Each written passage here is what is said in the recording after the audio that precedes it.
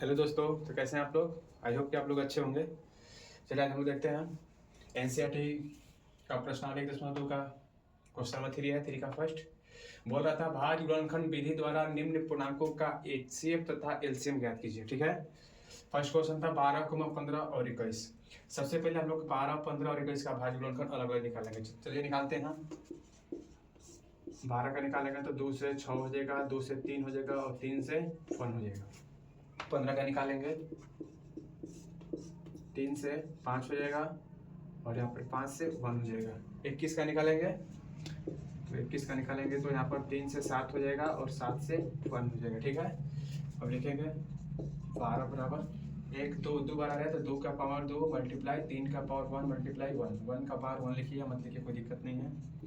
15 का 3 का power 1 multiply 5 का पावर 1 मल्टीप्लाई 1 और 21 का लिख लेंगे 3 के पावर 1 मल्टीप्लाई 7 का पावर 1 मल्टीप्लाई 1 लिखेंगे। देयरफॉर HCF 12, 15 और 21 बराबर, और लिख लेंगे यहाँ पर LCM 12, 15 और 21 बराबर। देखिए अब क्या करेंगे, HCF और LCM लिखते कैसे हैं।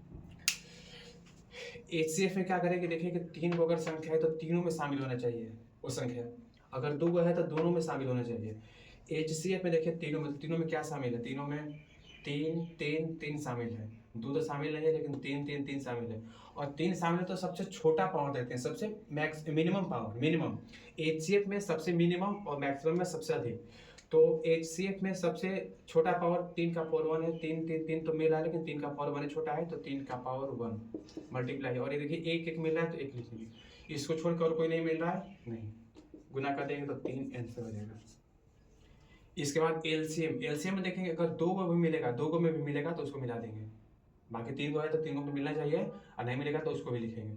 तो इसमें क्या मिल रहा है, 3 3 मिल रहा था तो मैक्सिमम पावर है, मिनिमम पावर तो 3 के पावर 1 है, और फिर मल्टीप्लाई, अब क्या मिल रहा है 3 वाला तो हो गया, 5 नहीं मिल रहा है, 7 नहीं मिल रहा है, 2 नहीं मिल रहा है, कोई नहीं मिल रहा है। जब कोई नहीं मिलता है तो शेष जो जो बच्चा है उसको ऐसे ही छाप देना है। तो 2 का पावर 1 3 वाला तो हो गया, 1 को छोड़ देंगे, लिखिए या छोड़िए कोई दिक्कत नहीं है, फिर 5 के पावर 1 और फिर क्या 7 के पावर 1 गुना करेंगे, 3 कम 3 2 दूनी 4 और 7 5 35, और गुना करेंगे 4 3 12, 12 में 35 में गुना कर लेंगे, मल्टीप्लाई करके यहाँ पर लिख लेंगे तो 35 में और 12 से 35 दूनी 70 और 35 से कम 35, तो 0 2 4 420, यानी कि हम लोग का LCM 420 हो गया। ठीक है, तो जब हम लोग दूसरा क्वेश्चन देखते हैं,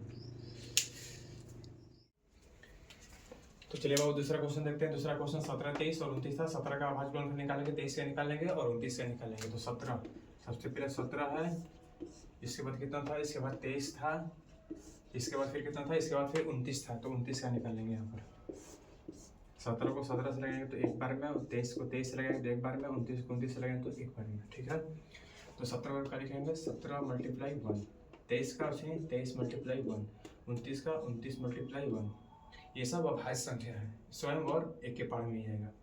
लिखेंगे देयरफॉर HCF 17, 23 और 29 बराबर, तो HCF में क्या हम लोग पढ़े थे कि जो सब में मिलना चाहिए और सबसे छोटा पावर, तो सबसे छोटा पावर कौन है, एक का पावर तो एक ही ना है, कुछ नहीं है, तो सबसे छोटा क्या है, एक है, और मिल भी रहा है सब में एक ही, तो इसका HCF 1 हो जाएगा, ये आपका आंसर हो गया। तथा LCM 17 है तो 17, 23 और 23 और 29 बराबर। अब देखेंगे एक तो मिल रहा है, फिर मल्टीप्लाई सब में मिल रहा है, और नहीं मिल रहा है शेष जो बच रहा है उसको भी लिख देना, तो पहले 17 फिर 23 और फिर 29। ठीक है, और इसको गुना कर लेंगे, पहले 23 में और इसमें गुना करें, 17 में और 23 में गुना कीजिए, तो 17 3 51, 17 दूनी 34, तो यहाँ पर 1 हो जाएगा, 9 हो जाएगा, और फिर कितना होगा 3 होगा, और फिर 29 गुना कीजिए, 9 कम 9 9 81 के 1 9 3 27, और कितना होता है 35, 2 कम 2 9 दूनी 18 3 दूनी 6 1 7, तो यहाँ पर 9 हो जाएगा, 3 हो जाएगा, 3 हो जाएगा, 1 होगा, तो 11 3 3 9, तो क्या आंसर हो गया। चलिए अगला तीसरा क्वेश्चन देखते हैं। चलिए अब तीसरा क्वेश्चन देखते हैं। तीसरा क्वेश्चन क्या बोला था, 8 9 और 25। इसी तरह 8 का 9 का और 25 का एलसीएम निकालेंगे। 2 से 4, फिर 2 से 2, अगर 2 से लगेंगे तो और 1 लगेगा। 3 से 3, फिर 3 से 1, 5 से 5 और फिर 5 से 1, ठीक है। 8 बराबर लिखेंगे 2 का पावर 3 मल्टीप्लाई 1, 9 का लिखेंगे 3 के पावर 2 मल्टीप्लाई 1, 25 का लिखेंगे 5 का पावर 2 मल्टीप्लाई 1, ठीक है। लिखेंगे देयरफॉर HCF 8,9 और 25 बराबर, देखिए HCF में क्या बोला था कि जो समय मिलना चाहिए, तो समय क्या, समय फिर वही एक ही मिल रहा है, ये तो नहीं मिले, सब अलग अलग है, तो HCF में 1 हो जाएगा, ठीक है। तथा LCM 8,9 और 25 कितना हो जाएगा। LCM में क्या लिखेंगे, समय तो मिल रहा है, समय तो एक एक मिल रहा है, चलो अच्छी बात है। और ये क्या तो किसी में नहीं मिल रहा है, 2 है इसमें, 3 है इसमें, 5 है, तो सबको पारा पारी लिखेंगे। तो 2 का पावर 3 मल्टीप्लाई 3 का पावर 2 मल्टीप्लाई 5 का पावर 2, तो 2 3 जा 8 हो गया, और 3 के पावर 2 है तो यहाँ पर 9 होगा और 25 होगा, तो कितना होगा 25 का 8 200, और 200 में 900 गुना होगा तो 1800 हो जाएगा। आप लोग का आंसर हो गया, ठीक है। चलिए अगला क्वेश्चन नंबर 4 देखते हैं। चलिए क्वेश्चन नंबर 4 देखते हैं। 4 बोला था HCF 306,657 बराबर में, यानी कि दोनों का HCF 9 दिया हुआ है, ठीक है। तो LCM 306 और 657 का ज्ञात करना है, यानी कि दोनों संख्या का HCF दिया है तो LCM निकालना है। सबसे पहले देखिए, लिखेंगे दिया है पहली संख्या, दो को संख्या दिया हुआ है तो एक को पहली दूसरा को दूसरी मानेंगे। पहली संख्या बराबर क्या हो जाएगा बाबू 306, दूसरी संख्या क्या हो जाएगा बाबू 657, तथा फिर क्या दिया था HCF, तथा HCF बराबर क्या हो दिया है 9 दिया है। निकालना क्या है LCM बराबर 8 लिखेंगे। सूत्र हम लोग बार पढ़े हैं, पहली संख्या गुने दूसरी संख्या बराबर HCF गुने LCM। हम लोग को याद कीजिएगा, पढ़े थे पीछे जो प्रूव हो रहा था, HCF और LCM निकाल कर दोनों संख्या का गुणनफल बराबर HCF गुने LCM होता है, ठीक है। अब मान रख लेंगे, पहली संख्या का मान कितना है तो 306 गुने दूसरी संख्या का मान कितना है 657 बराबर है, तो बराबर HCF का मान 9 है तो 9 रखने बाबू, फिर मल्टीप्लाई LCM को LCM लिखेंगे, ठीक है। 306 थोड़ा सा ऊपर लिखिए, 306 मल्टीप्लाई 657, गुना में इधर क्या हो जाएगा भागम में हो जाएगा, बराबर LCM। अब कटाइए 9 दिया 27, 28 29 3 बचेगा तो 36 हो जाएगा, 9 चौके 36, ठीक है। अब क्या इसको मल्टीप्लाई कर लेंगे, देखिए इधर बना रहे हैं 34 मल्टीप्लाई 657 बराबर LCM। देयरफॉर LCM बराबर, इसको गुणा कर लीजिए 657 में 34 में 7 28 का 88 2 5 20 2 22 6 24 25 26 17 21 29 15 16 17 34 18 19 34 18 19 होगा, 8 हो जाएगा, 3 हो जाएगा, 6 दिन 12 1 13 9 12 और 2, तो 2 2 3 3 8 हो जाएगा, ठीक है। देख लीजिए, कोई दिक्कत होगा तो कमेंट कीजिएगा, बताएंगे आगे, ठीक है।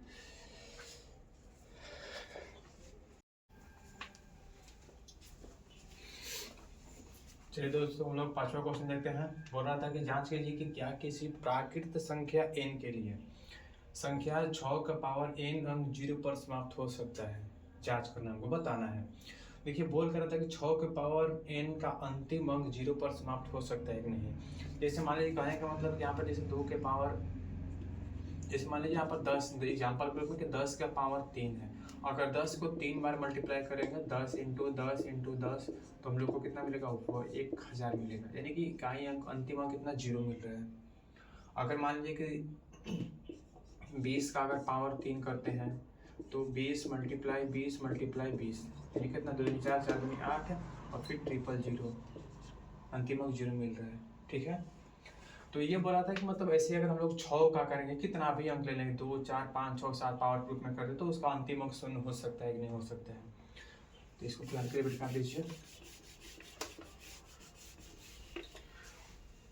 सबसे पहले लिखेंगे, मान लिया a बराबर 6 का पावर n। अगर 6 को खंड करेंगे गुणनखंड करेंगे तो 2 मल्टीप्लाई 3 होगा पावर n, तो पारा दे 2 का पावर n गुना 3 का पावर n लिखा हुआ है। चूंकि a का गुणनफल में यानी कि 6 का गुणनफल में वही बोल रहा है कि a का गुणनफल में 2 और 3 है। देखिए 2 और 3 आ रहा है। ठीक है, लिखा हुआ कि चूंकि हम जानते हैं कि किसी भी संख्या का इकाई अंक शून्य तभी होता है। लिखा हुआ है कि a के, अच्छा समझिएगा बहुत, ठीक है, a का गुणनफल में 2 और 3 है। चूंकि हम जानते हैं कि किसी भी संख्या का इकाई अंक शून्य तभी होता है, तभी होगा जब संख्या के गुणनफल में 2 और 5 हो। जैसे एग्जाम्पल के में किया था ना बाबू, 10 का पावर 2, अगर इसको खंड करेंगे हल करेंगे तो 100 आएगा।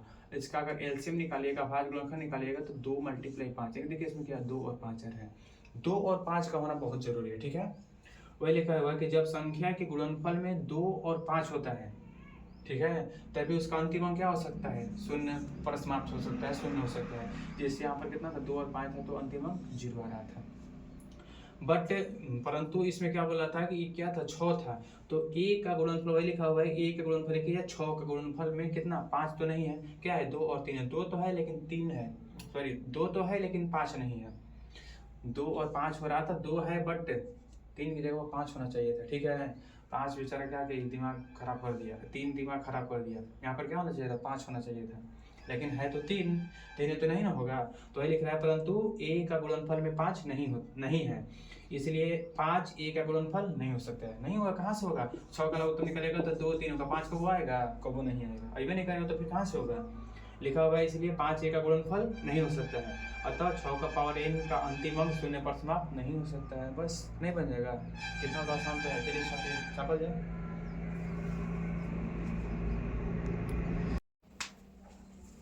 चलिए दोस्तों, आज हम लोग देखते हैं प्रश्नावली 1.2 का क्वेश्चन नंबर 6।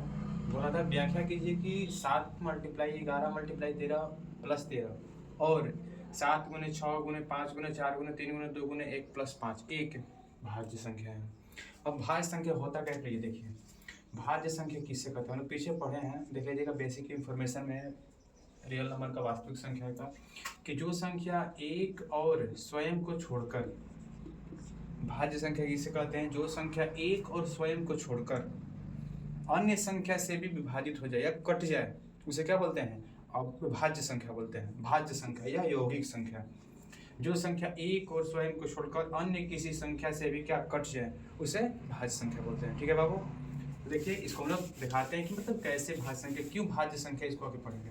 सबसे पहले लिख लेंगे हल में 7 मल्टीप्लाई 11 मल्टीप्लाई 13 और प्लस 13, इसको हल कर लेंगे, 13 कॉमन निकालेंगे, दोनों पद में 13 है तो 7 मल्टीप्लाई 11 मल्टीप्लाई 1 13 निकल जाएगा तो यहाँ पर 1 बचेगा, फिर प्लस 1। ठीक है, 13 मल्टीप्लाई ऐड कीजिए 11 7 77 और ये कितना हो जाएगा, फिर लिख लीजिए 77 और प्लस 1 बराबर कितना हो जाएगा 13 मल्टीप्लाई 78, खुद ही कहते 78 हो गया।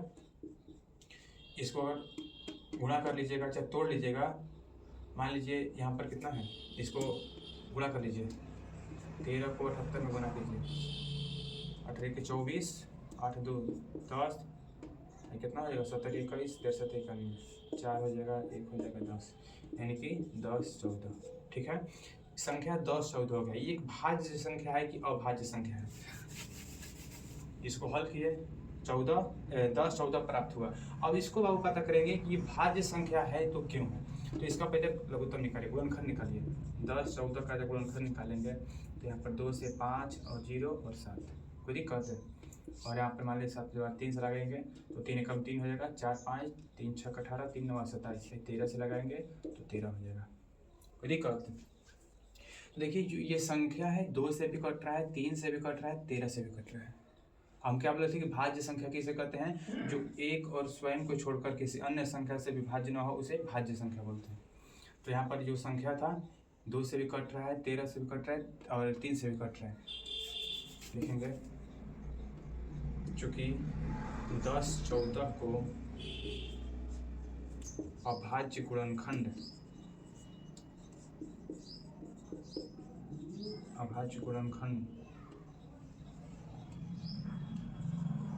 के रूप में लिखा जा सकता है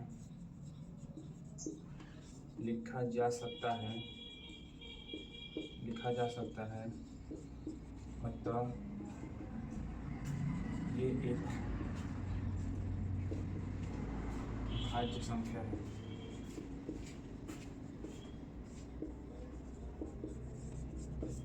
ठीक है, चलिए हम लोग इसका देखते हैं, इसको हल करते हैं, इसको दर्शाते हैं। 7 गुने 6 गुने 5 गुने 4 गुने 3 गुने 2 गुने 1 प्लस 5। 5 को कॉमन निकालेंगे, 7 गुने 6 गुने, यहाँ पर एक बचेगा, 4 गुने 3 गुने 2 गुने 1 प्लस 1। तो 5 7 42, 4 3 12, 12 दूनी 24 प्लस 1। 5 24 में 42 से मल्टीप्लाई कर लेंगे, 42 8 4 चौके 16 और 4 और 8 8 6 4 10 8 9 1 10 1 0 0 8 प्लस 1। 5 गुने 1009 गुना कर लेंगे, 9 5 45 0 के 0 5 1 5। अतः 45 को भी अभाज्य गुणनखंडों के रूप में व्यक्त किया जा सकता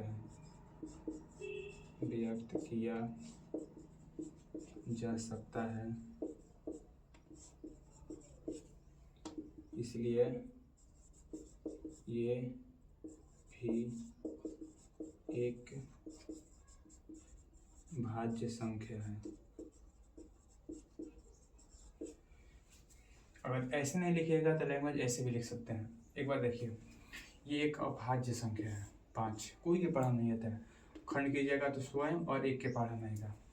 ये भी देखिए एक भाज्य संख्या है, अभाज्य संख्या, इसका 7 से 1 आएगा। 11 एक अभाज्य संख्या जो 11 से 1 बार में आएगा। ठीक है, अभाज्य संख्या के अभाज्य गुणनखंडों की संख्या 2 होती है। ठीक है, जिसके गुणनखंडों की संख्या 2 उसे क्या बोलते हैं, अभाज्य संख्या। लेकिन इसके गुणनखंडों की संख्या अगर कीजिएगा तो 2 से अधिक आएगा। तो इसे भी लिख सकते हैं कि इसके भाज्य गुणनखंडों की संख्या 2 से अधिक है और तो इतना क्या है, एक भाज्य संख्या है। सबसे अच्छा वो भी बनेगा। ठीक है, बनेगा ना, ठीक है। क्वेश्चन 7 बोल रहा था कि किसी खेल के मैदान के चारों ओर वृत्ताकार पथ है। जैसे मान लीजिए कि ये मैदान हो गया, ये मैदान हो गया, ठीक है, और इसके चारों ओर वृत्ताकार पथ है, वृत्त के आकार का पथ है। ठीक है, मैं इस मैदान का एक चक्कर लगाने में सोनिया 18 मिनट लगाती है। कोई सोनिया लड़की है, मान लीजिए कि लड़की है, ठीक है, ये पूरा अगर चक्कर जब लगाती है तो इसको 18 मिनट का टाइमिंग लगता है, 18 मिनट। ठीक है, जबकि इसी मैदान का एक चक्कर लगाने में रवि को 12 मिनट। रवि देखिए यहाँ पर कोई बच्चा है, इसको 12 मिनट का मैक्सिमम टाइम लगता है। मान लीजिए कि वे दोनों एक ही स्थान एक ही स्थान और एक ही समय पर चलना प्रारंभ करके एक ही दिशा में चलते हैं, तो वह कितने समय के बाद पुनः प्रारंभिक स्थान पर मिलेंगे। ठीक है, प्रारंभिक स्थान पर मिलने के लिए एक जगह इसका HCF नहीं LCM निकालना होगा। ठीक है, LCM निकालेंगे हम लोग। तो क्या करेंगे, सबसे पहले लिखेंगे कितना है, 18 था तो 18 और 12 था तो 12, यहाँ पर इसका खंड करेंगे, अभाज्य गुणनखंड निकालेंगे तो 2 का पावर 1 मल्टीप्लाई 3 का पावर 2।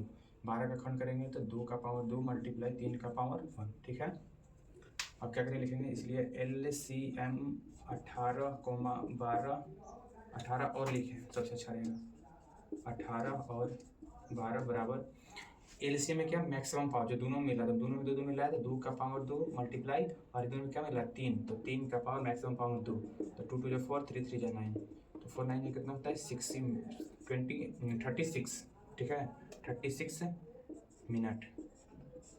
वैसे आपका आंसर हुआ, ठीक है छाप लीजिए। बाकी का अगला चैप्टर अगले वीडियो मिलेगा। प्रश्नावली 1 3 को हल किया जाएगा। कोई दिक्कत हो तो बोल सकते हैं।